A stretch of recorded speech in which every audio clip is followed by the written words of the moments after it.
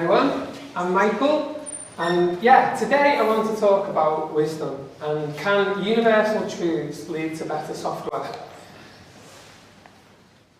The talk isn't about religion, but it is going to touch on it. But before I get into it, I wonder, just this word being here, does it make anyone in this room feel a bit icky? Yeah, a few hands up. Is anyone thinking, why did I walk into this room? What was I trapped into? So I know what's in this talk, and it's making me feel a bit icky, but I promise you there's nothing to worry about. What I want to talk about more than religion and doctrines is the principles that underpin many of the world's major religions. Before I do that though, I'd like a bit of interaction.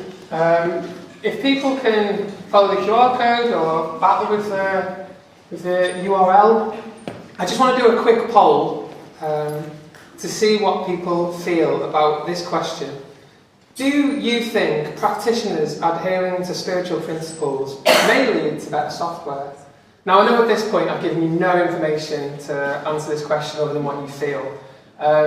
This is probably a bit of a game for me. I want to see whether at the end of this talk I can, for lack of a better word, convert a few people into thinking this balmy idea might have some legs. As you're doing that, I will flick here, okay.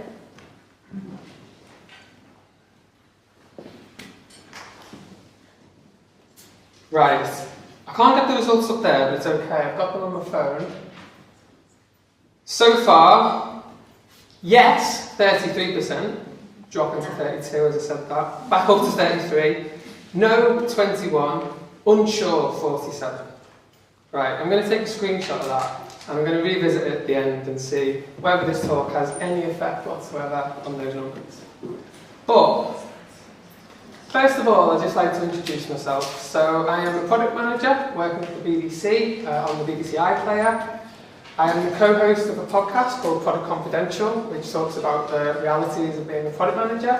So if that sounds interesting to you, or you like this talk and want to hear more, please find us. We're on Spotify or wherever you get your podcasts from. I'm also the founder of Product for Good, a community that tries to bring product people together who want to help create societal outcomes that better society. I'll touch on that a bit later. I'm also a keen runner, and for this talk, it's important to say I'm also a recovering alcoholic. So far, I have been sober for 2,835 days.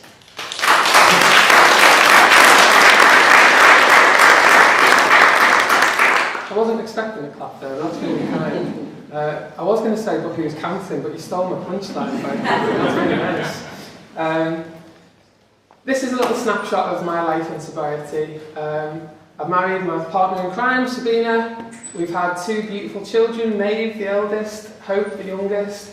As I said, I got into product management, which was a career change I made in sobriety, and it's a job that really suits me and I genuinely love it. And I work at the BBC, which is an organisation that, like many others in Britain, I grew up loving and still do. So I'm really proud and privileged of where my life in sobriety has taken me, and I feel blessed. But it wasn't always like that. See, life in my drinking was very bleak. This, for many reasons, is not a pretty picture. This is actually a picture of me on my last day of drinking. The date is the 24th of September 2017. I was in a bad way there. I'd not slept in about 4 days. I was in debt up to my eyeballs. I had massive problems with my pancreas. The doctor was saying I was going to die if I didn't change. My family had in many ways given up on me, not through lack of love, but it's hard when you're dealing with someone with active alcoholism.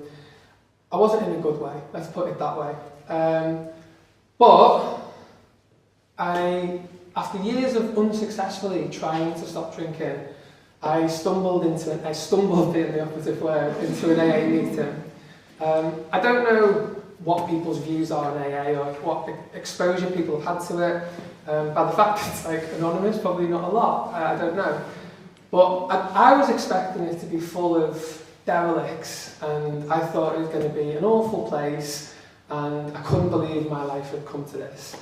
But what I found when I walked in, first of all, I thought I was in the wrong place, because everyone was very well put together, everyone was very welcoming. I was thinking this can't be Alcoholics Anonymous, but I was really demoralised and devoid of hope when I walked into that room for the first time and scared. And what happens in a meeting, especially when you're a newcomer, is people share for you and they talk about their experience, strength and hope. They tell you what life was like in their drinking, what they did in AA, and what their life is like now. So essentially when people were talking about the chaos and the madness of drink and all the pain from that, I could relate to that because I was in it. I got that. I could completely get on board with all of that stuff. And then they talked about doing this thing called the steps, which I didn't understand. It was baffling. And then they were talking about having this joyous and happy life on this side. And your eyes don't lie. I could see that these people were happy, and I could see that they had something. And in my drink-addled brain, I had enough about me at that point to think, well, if I can relate to this bit, if I do whatever this bit is, maybe I can join them on that side and have a bit of joy in my life. And I went with it. There was one problem though. The way of God was all over the room quite a lot. And as a Dawkins reading atheist, I was appalled by this, to be honest. But I was going to die, and I didn't have many other options. No one else was making me a cup of tea or giving me a biscuit and telling me it was going to be okay at this point. So, without having any other better plans, I stuck around. I did what AA encourages you to do, which is to find a sponsor, which is someone who's been through this nonsense. It's not nonsense, but it looks like nonsense, doesn't it, to be honest. And yeah, my sponsor was amazing. He was very much like a father figure to me, and I adore that man. I credit him with saving my life, to be honest. But he was saying, like, just ignore all that part of it. Just, as long as you can believe you're not God, you've got a chance. You just need to put your faith in a higher power, and whatever that is, no one's going to tell you what to believe or how to believe it or what that is. Some higher powers for people are their grandmothers or, you know, the collective wisdom of a group of people. Whatever it is, you just have to try and live your life by spiritual principles, and that will create an internal change, and through that you will no longer want to drink. And I thought, what a load of shite. But again, I had no other options, so I stuck around, and I'm really glad I did. I could talk about AA for hours. I'm very indebted to it. This is a tech conference, so I'm going to move it into tech now, but I wanted to give you a back basis about why I've chosen this talk. But having said that, if anyone here has any problems with drink or knows people with drink, please reach out to me. I'm always happy to have chats on the subject.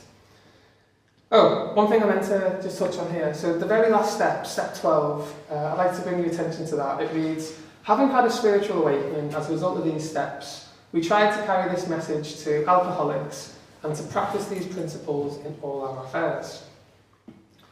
So, in all our affairs, it's basically saying, like, okay, you're not drinking anymore, but now you have to be good all the time.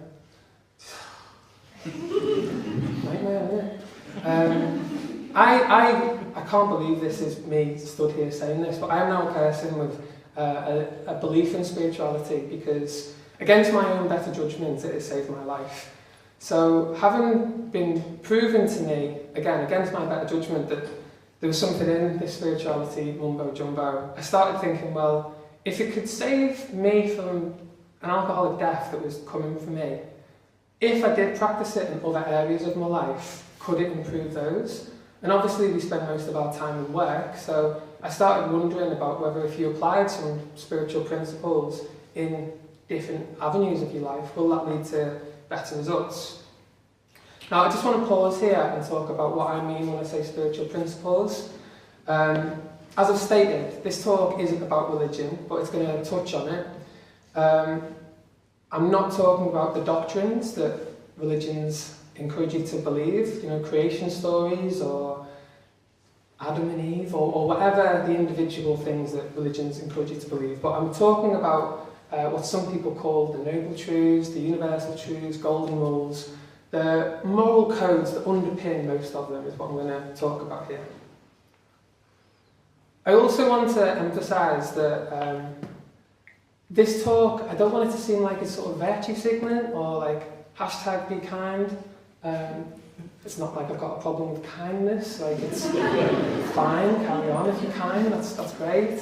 But we are definitely in an era right now where diversity and inclusion, sadly, are kind of being treated like dirty words by people who make decisions. And I think if you lean into, oh, let's just be nice for being nice's sake, sadly, at the minute, people are sort of shutting that down. So what I'm trying to do with this talk is to show empirical reasons why being nice is actually beneficial for profit and for top line and things like that. Because for people who make decisions, that's sadly what matters at the minute. So the first principle I'd like to talk about is humility. Just to give you a bit of wayfinding on what I'm going to talk about, it's going to be humility, empathy, integrity and gratitude. So yeah, as you can count through them, you think, how long is this going to go on for? If I'm on integrity, you know the end. But for humility, yeah, it's a trait celebrated by lots of traditions. There's a great C.S. Lewis quote, humility is not thinking less of yourself, but thinking of yourself less. Across faiths, it's seen as a path to growth. In Christianity and Islam, they both talk about reducing the ego. In the Bhagavad Gita, it says, he is free from egoism, whose mind is tranquil, who is free from desires, who is self-controlled, obtains the supreme goal. Sounds good, doesn't it? I think, in general, humility is a hard concept to argue with. Like, I'd be very surprised if anyone here is opposed to it. And often it's a lack of humility stands out more than actually seeing humility. So I'd like to try and demonstrate that now. So here is Barack Obama at his inauguration. He's walking side by side with Michelle, sharing the limelight, a display of partnership, respect, humility. The Donald. At his inauguration, he's abandoned Paul Melania here, holding a very fancy pizza box, by the way. And, you know, you could argue this day he is becoming the leader of the free world. It is very much about him. But even so, just seeing this, it makes you feel a bit, oh, that's not nice, doesn't it? And that's you know, a lack of humility in action. But, as I said, we're not talking sort of like hashtag be kind. Humility isn't just a feel-good principle, it's also a proven success factor in business. Jim Collins' Good to Great is a fantastic book. If anyone here hasn't read it, I recommend it. What the premise of this book was, it was actually a research piece for a university, and Jim Collins and his team of researchers, they took two companies in a similar industry, one that over a period of 8 years, I think it was, maintained good, steady results, and they picked another one who in the same period went on a sort of meteoric rise. And they had 6 different industries, and they had that sort of control that stayed steady and the one that went through the roof. And then they were comparing, well, what are the things that the ones that had a lot of growth had in common. And one of the key things that Collins talks about is this concept of a level 5 executive, which is a terrible title, I always think. But basically, the definition for that is a leader who, as well as having a lot of ability to inspire and to create a mission that people get around, is someone who, on a personal level, shows a lot of humility. What they found when they interviewed these people, a lot of them spoke about the fact that the success they had was down to luck or down to how good their colleagues were or something that happened in industry. They were very rare to say, this is because of me and my genius. And they saw this trait in the leaders that much, they thought, well, this is actually one of the factors that's contributing to this growth. For software teams, I believe that they can thrive when humility is embedded into their culture. In terms of breaking down silos, I think a humble mindset dissolves an us versus them mindset and fosters greater collaboration between disciplines. I think it can boost knowledge sharing, it can create psychological safety and allow people to share ideas and for other people to then improve those ideas or hear things they might not have otherwise done. I think ego can block innovation and humility encourages these diverse ideas to be heard. And again, humble leaders who embrace evidence over personal opinion can prevent costly mishaps. And finally, again on psychological safety, when mistakes happen, but if there's a culture of, well, we learn from mistakes rather than blame and egoism, then again that's encouraging a culture where innovation is more likely. So how can we cultivate humility? There's a few tips here. For individuals, it's to actually truly listen. It's hard. It's hard listening, isn't it? Especially when you've got things that you want to say yourself, but seeking to understand before speaking yourself. Seeing feedback that is offered to you as a tool for growth and not a threat. Again, difficult when someone's saying, oh, you could be better at this, but sometimes if you've asked for feedback, you have to be willing to hear some of the negative parts as well. I can see you laughing. It's just, yeah, I know as well. It's awful, isn't it? Admit mistakes, ask for help, and share credit. And also learn about other disciplines. Where I work at the minute, sometimes there can be a culture of, oh, engineering want this, UX just don't get it. But I think in my job as a product manager, I quite often have to be the glue speaking to these people. They've all got really valid points, and once you get into it, you're like, oh, that's why they think that. And a lot of my job I find is trying to bring people together and say they think this because of this, and then create understanding. For teams and leaders, I think lead with humility. Show that learning never stops. Show that you don't have all the answers. Don't be afraid to say, I don't know, because that encourages your team to also be able to say, I don't understand that, I don't know. Celebrate achievements together, highlight contributions from across the board, and also ensure all voices are heard in decision making. On this, my last slide on humility, this, like everyone knows Spotify Wrapped, I'm not going to explain it to you, but this idea actually came from an intern. So this global marketing phenomenon that everyone has been touched by, or at least knows of, came because there was enough humility in the Spotify decision-making process to allow an idea to come from an intern and actually go through and be developed into this. So in a world obsessed with individual success, choosing humility, I believe, is radical, and it makes leaders truly influential. Empathy now. So empathy is defined as the ability to detect other people's feelings. Again, the world's major spiritual traditions are bang into empathy. Islam stresses compassion. Quote here is, none of you truly believes until he loves his brother as he loves himself. Judaism commands, love your fellows as yourself. And again, like with humility, empathy is sometimes more noticed when it's absent rather than present. Case in point. For modern software teams, whether you recognise it or not, and I'm sure this audience will recognise it, what we're actually being asked to do is excel in empathy. It's widely acknowledged that the best teams in the leading companies put the users at the focus of all of their work. Everything's user-focused and recognises user needs and pain points and tries to solve those. But can you actually be user-focused without empathy? Is that possible? I don't think it is. It doesn't make any sense. And the lack of empathy is disconnect, as that's demonstrated wonderfully here by this cut. I'd now like to take a trip down memory lane here, and there's some people in this audience who worked on this project, so that's amazing. During my time in government, when I worked at DFE, this project that was on was definitely one of the best things that I've worked on. I loved it, and I love working with the people in this room as well, so it's great that you're here for this. At the point that I started on this project, there'd been a big piece of work done by an external consultancy where they had somehow managed to get through all the GDF service standards and build a thing without actually putting it in front of users that much. And basically it was an accessibility nightmare and no one knew how to use it.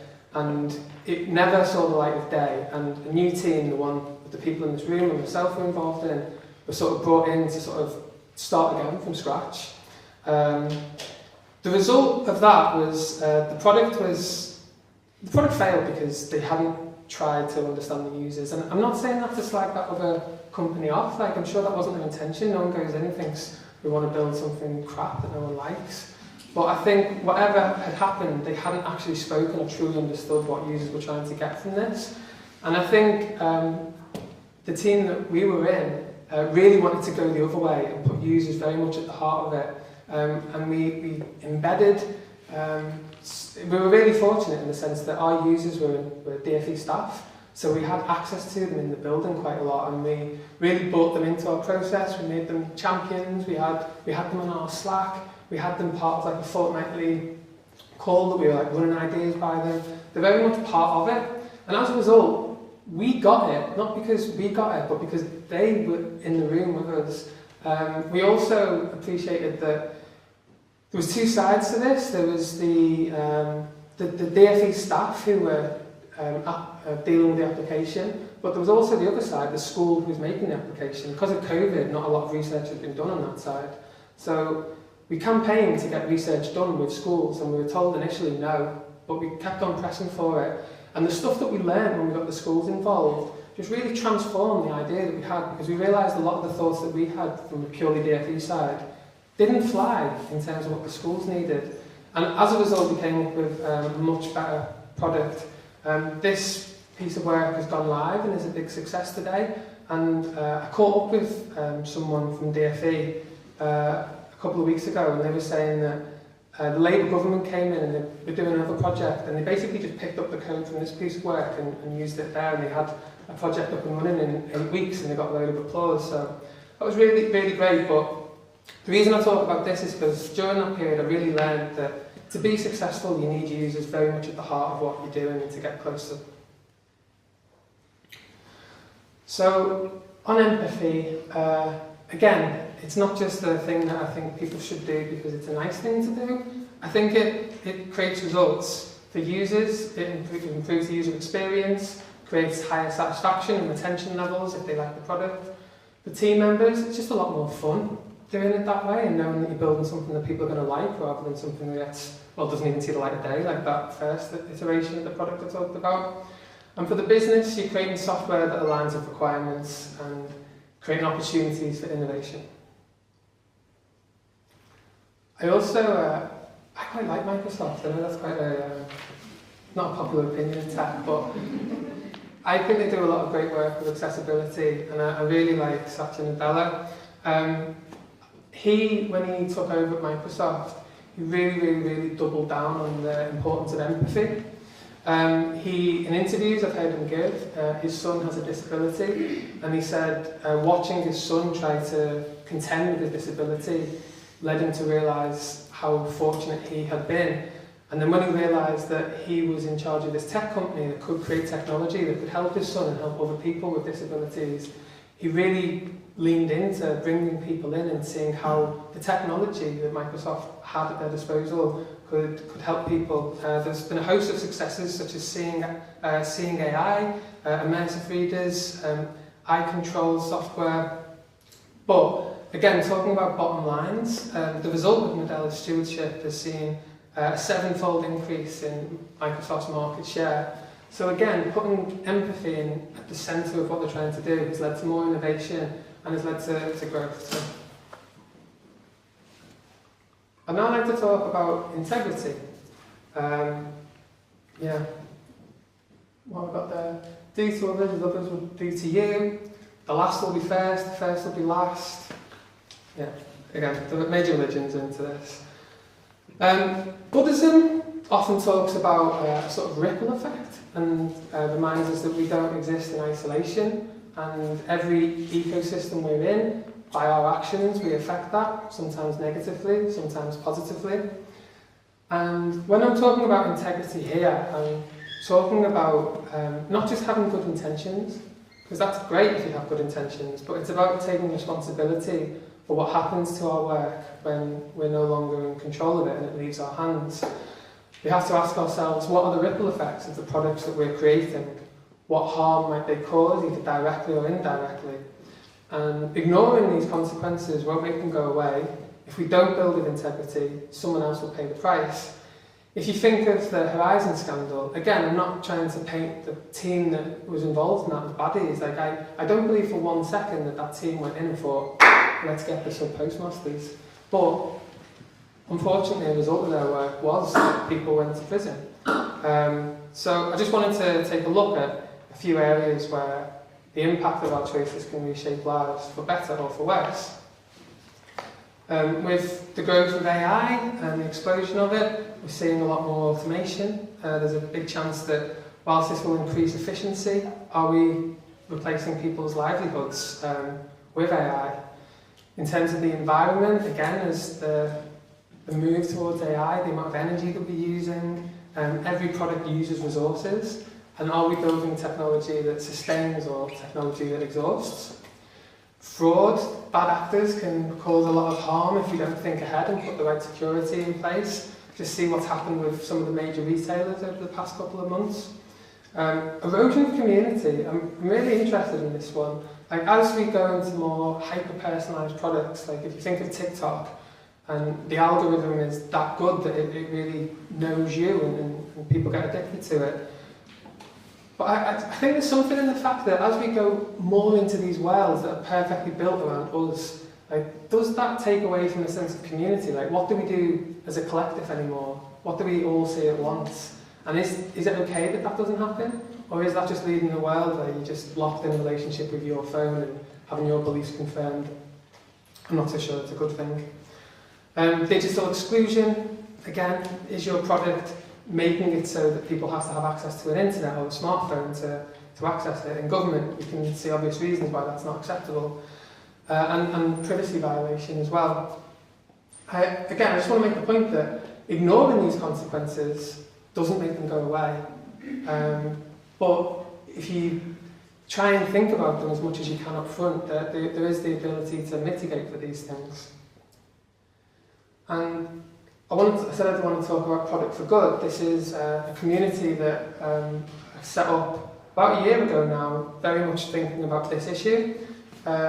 I wanted to do it on the back of, do you remember in 2001 there was the Facebook whistleblower who came out and was saying that within Facebook as it was then, they knew that the algorithm was harming people's mental health, especially teenagers, but it was also profitable.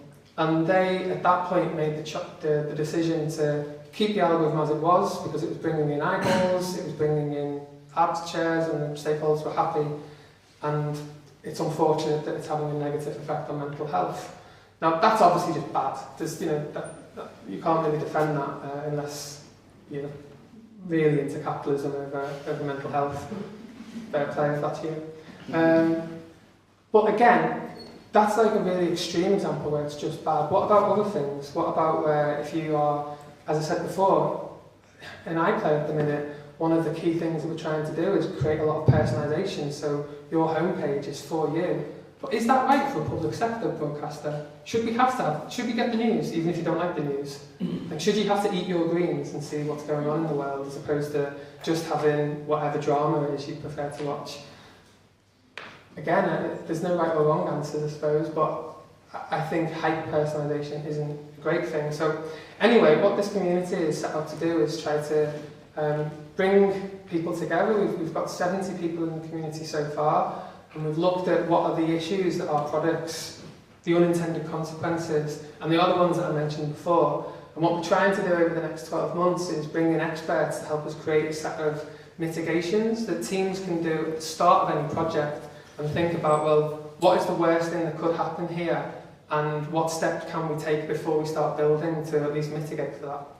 If anyone's interested in this, just find me on LinkedIn. I'm happy to talk about it and bring people in the direction if you'd like to be involved. I just want to give what I think is a really good example of this.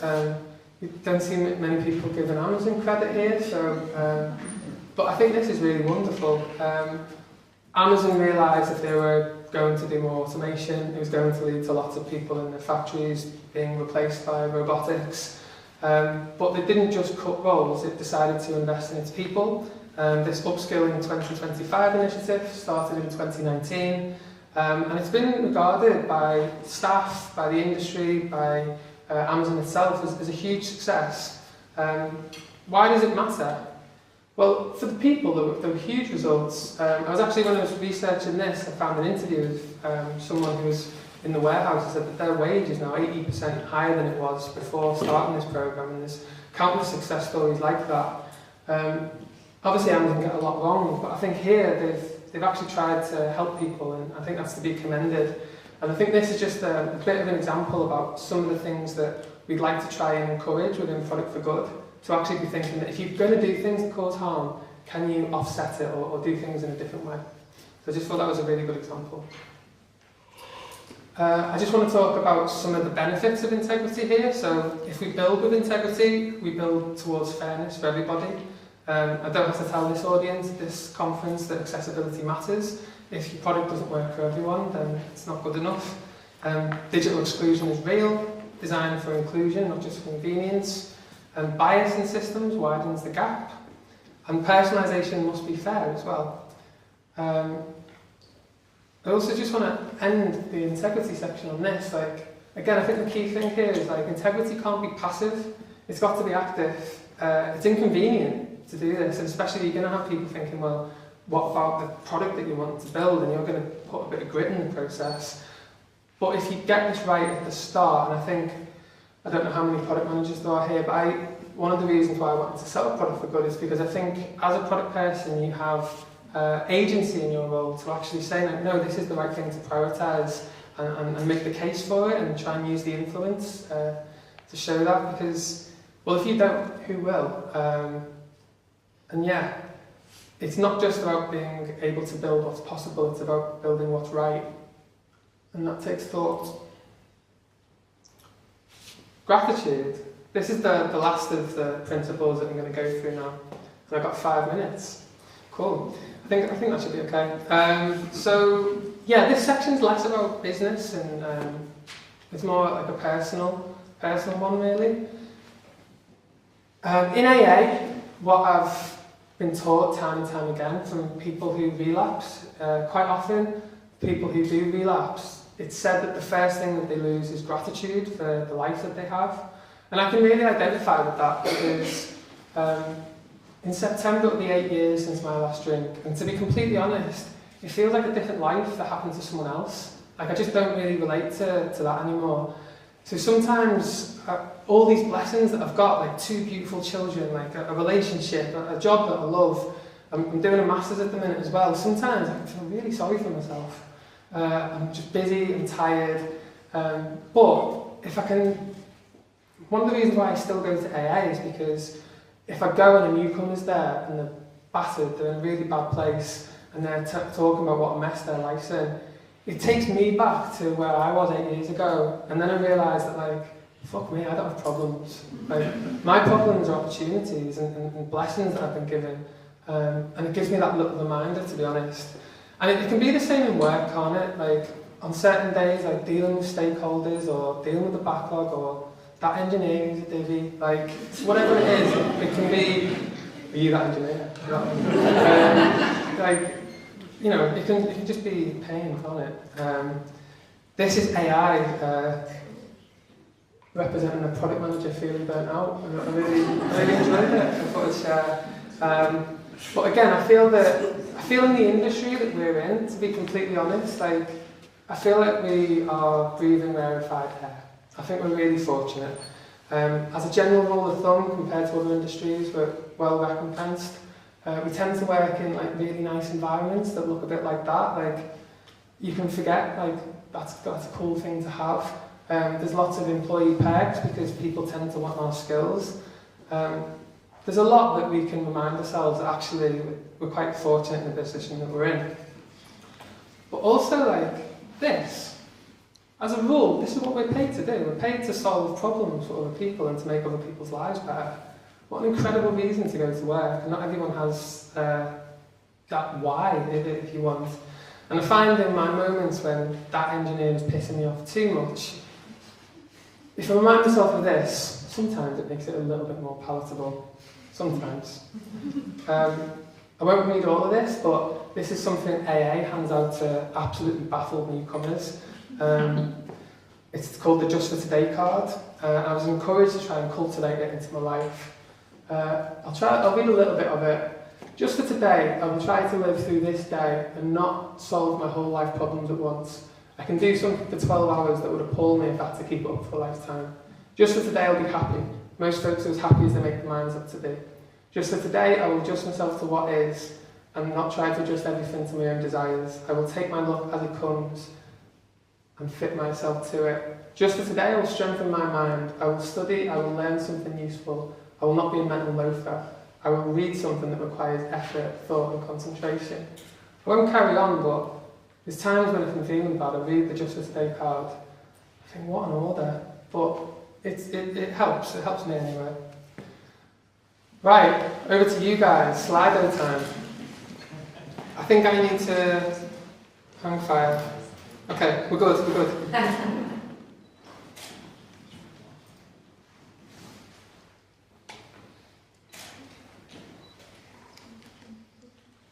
So far, it's 100% yes.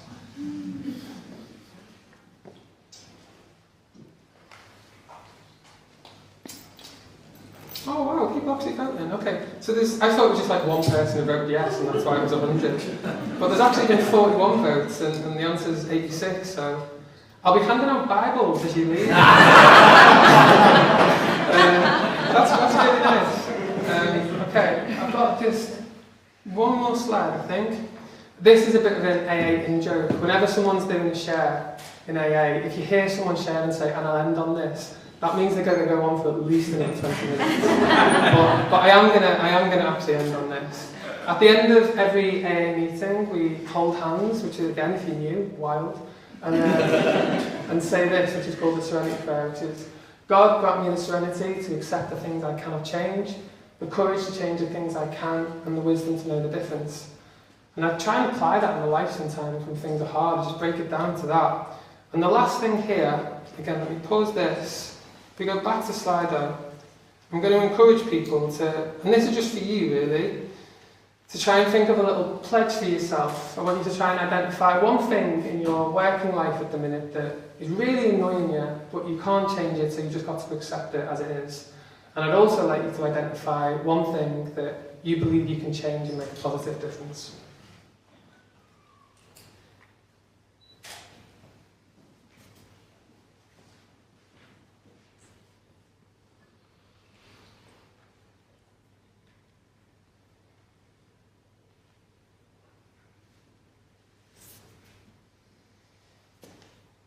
Someone's put more humility, but have to accept colleague turnover. Accept that change is hard, but have the confidence to be bold. Accept that there's chaos, but I can stay calm. Accept there's always going to be busyness, but I can be good and try and encourage others. There's loads of beautiful answers here, and thank you for people that have answered, and thanks for listening to this talk. I know it's a bit wild, but I'm really glad that people have come, and I hope you got something from it.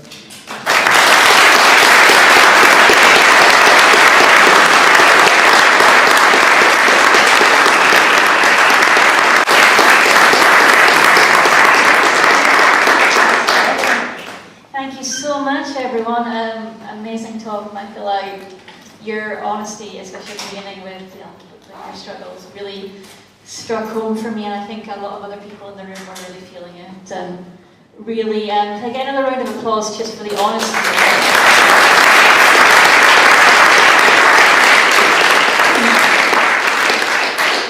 Perfect, thank you. We do have a couple of minutes for questions, so if you'd like to ask them, just pop your hand up and I will come to you with a microphone. I have a quick comment and then a question. The quick comment is about empathy. It's not only knowing what other people are feeling, it's caring about it. Okay. So, and the question is about doing good. Different religions have different ideas about what is good, and how do you resolve that? It's a big question for me to answer.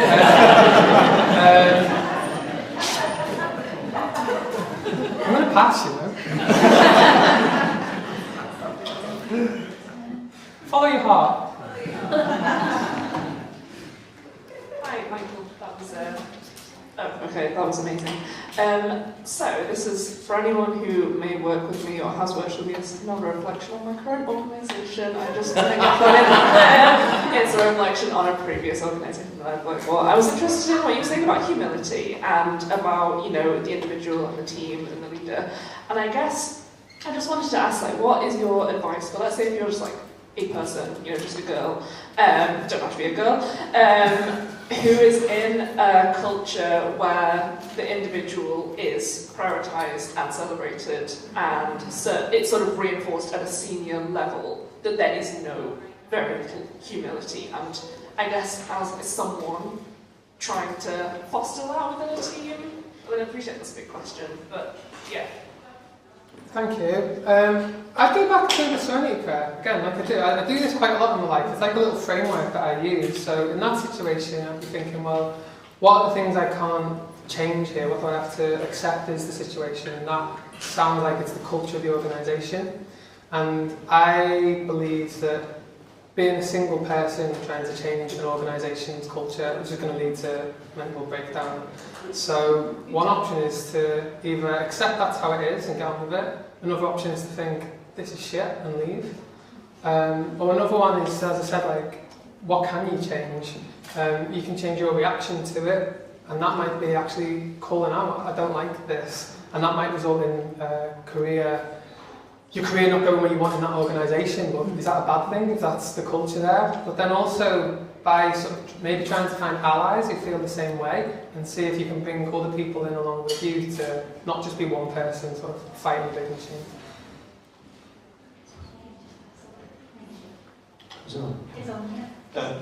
Michael, you did a wonderful job of sort of taking religions back to their common basic principles. But for what reason do you think religion in general, people are not able to see the benefit and value of it? Because I feel as though you changed the view within the room, and maybe the slide or demonstrated that. So why do you think religion in general, or religions, get such a bad rap? It needs to be branding, doesn't it? It needs to be branding because, as I said, like I was someone that when I saw God in the walls when I joined AA, I thought, oh no. But what I've actually learned since being AA, and again, it's not, they never encourage you to believe in any religion, is those basic truths that underpin it. If you meet people who are religious and they believe it, and my experience is they tend to be really decent people who are just trying to live good lives. But what you see on TV seems to be people at the extreme end of it, and the wars that happen. So I think maybe it's like a lack of exposure to people who are actually trying to live a life based on spiritual principles, and people seeing more what you see on TV. I don't know. Again, it's a big question.